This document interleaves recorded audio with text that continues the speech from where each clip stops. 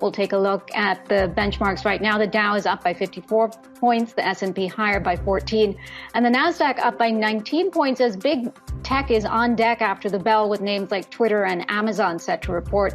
UPS and General Electric also having a good day. Day not so good for Facebook, however. Jared.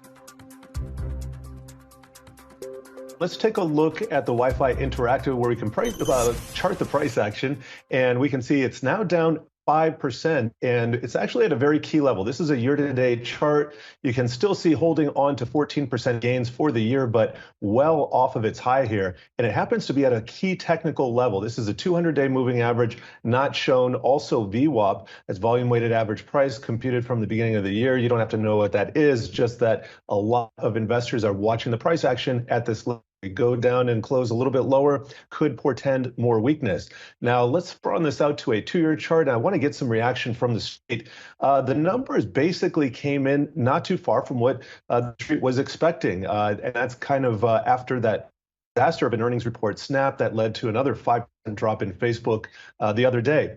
Now, Goldman Sachs is rating the stock a buy. They have a price target, which they lowered down to 445 from 455. They're saying Facebook seems to have mitigated the ongoing headwinds better than feared. They're seeing increased share buyback as supportive of the stock at current levels, referring to a $50 billion buyback program that was announced yesterday. And this is in addition to a $14 billion worth of buybacks that we saw in the reporting quarter. RBC Capital, they rated and outperform as well. Price target, they have moved down, though, as well to 415 from 425. And they're saying with weak fourth quarter outflow now out of the way, a meaningful fog starts to lift for Facebook, saying the shares remain attractive at current valuations. And something I mentioned 30 minutes ago, I just want to point out again, NVIDIA is up 7.5%. Bank of America is saying that NVIDIA is going to benefit from all the capital expenditure and research and development costs that Facebook is putting into their new labs, which is a $10 billion program that they're going to break out separately from now on. So NVIDIA benefiting from Facebook's capital outlays here. Guys?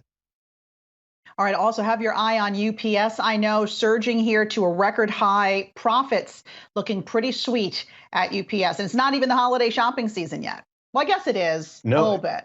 Well, you know what? It's funny you mentioned that, Alexis, because in the report, they're saying people are already gearing up for the holidays and buying stuff ahead of schedule. UPS has pricing power. We all know the shipping situation. And let me just get to some of the street reaction here as I bring up a chart. You can see, by the way, UPS really on a tear over the last couple weeks. This is over the last 2 years. I'm going to bring this down to a year to date. And you can see what's happened. The transports have really come alive, not just UPS over the last couple of weeks. We'll take a look at that in a second. But now this is the first intraday record high that the stock has seen since May. And after the earnings report, just a couple of notes here. This is from the Chief Executive Officer, Carol Tome, saying, I feel really good about our ability to manage through the labor cost inflation that many companies are dealing with today. And this is in response to the fact that 75% of their employees, or 3/4 of them, are under a five-year union labor agreement.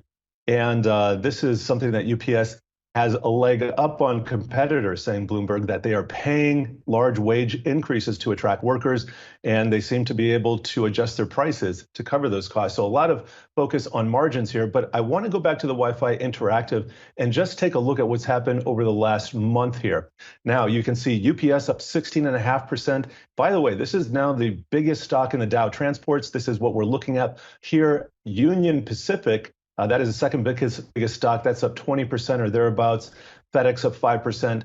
And now I want to show the Dow Transports, because according to Dow theory, you want to have both the transports and the industrials agreeing. We know that the industrials that are at a record high. And guess what? The transports set for the first record high since May. So we're going to keep an eye on that into the close and what it portends for the market at large.